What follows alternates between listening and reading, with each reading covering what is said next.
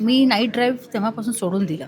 म्हणजे मी ड्राईव्ह अख्ख्या महाराष्ट्र, कर्नाटक, गोवापर्यंत मी ड्राईव्ह करते आणि मी एकटी फिरते. हां. मग पूर्वी तर फिरायची, कारण पूर्वी कोणीच नसायचं माझ्याबरोबर.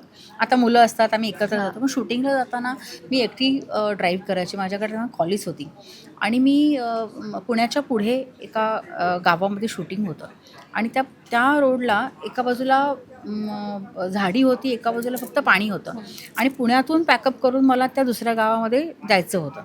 तर पुण्यातून मी निघाले आणि ही झाली ह्या गोष्टीला तरी पण मला असं वाटतं 17-18 वर्ष झाली या गोष्टीला. आणि मी त्या गावातून निघाले आणि रस्त्यावर अंधार, अगदी डार्क, म्हणजे काही पुढचं दिसत नाही. लाईट लावले तर समजा समोरून गाडी आली, छोटा रस्ता, बाजूला गाडी उभं करायला लागायची आणि असं छोटी छोटी खेडी, 4-5 7-8 घरांची वगैरे. तर ते 11:30-12 वाजले.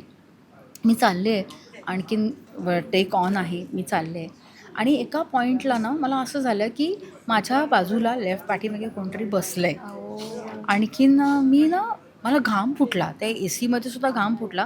मला आरशात आरशात बघायची हिंमत नव्हती वरच्या, की पाठीमागला दिसतं, आपण आपल्याला दिसतं ना, असं हां, आपण म्हणजे जेव्हा असं करतो आपल्याला आपल्याला दिसतं. हां. तर मला ना तिथे लेफ्टला कोणतरी पाठीमागे दिसतंय आणि हालचाल होते, कोणतरी पांढरं पांढरं बसलेलं आहे.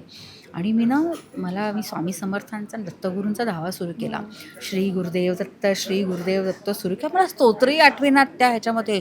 मी थपथपले घामाने. हार्डली ना ते 2-3 मिनिटाचं ते अनुभव होता तो. पण ना ते 3 मिनिटांनंतर सगळं शांत झालं. नंतर 3 मिनिटांनंतर म्हणजे सगळं नॉर्मल झालं वातावरण.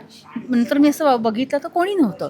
पण जेव्हा ती 2-3 मिनिटं होती ना, ती माझ्या आयुष्यातली असं होतं की बापरे प्रिया! त्याच्यानंतर मी नाईट ड्राईव्ह सोडून दिलं. मी नंतर 10:30-11च्या पुढे कुठेही ड्राईव्ह करत नाही. कितीही इमर्जन्सी असू दे, मी नाईट ड्राईव्ह करायच्या भानगडीतच पडत नाही अजिबात. त्याच्यानंतर मी कानाला खडा लावला, की आपण मला माहीत नाही खरं होतं, काय होतं, भास होता, आय डोंट नो. पण ते मला तो जाणवलं होतं. तो तिथलं ते वातावरण आणि ते सगळं असं बघितलं, की मला वाटत होतं, की इथे कोणतरी बसलेलं आहे. आणि नंतर मग शांत झालं. स्वामींनी, दत्त महाराजांनी माझं क्लिअर केलं ते वातावरण, असं म्हणेन मी.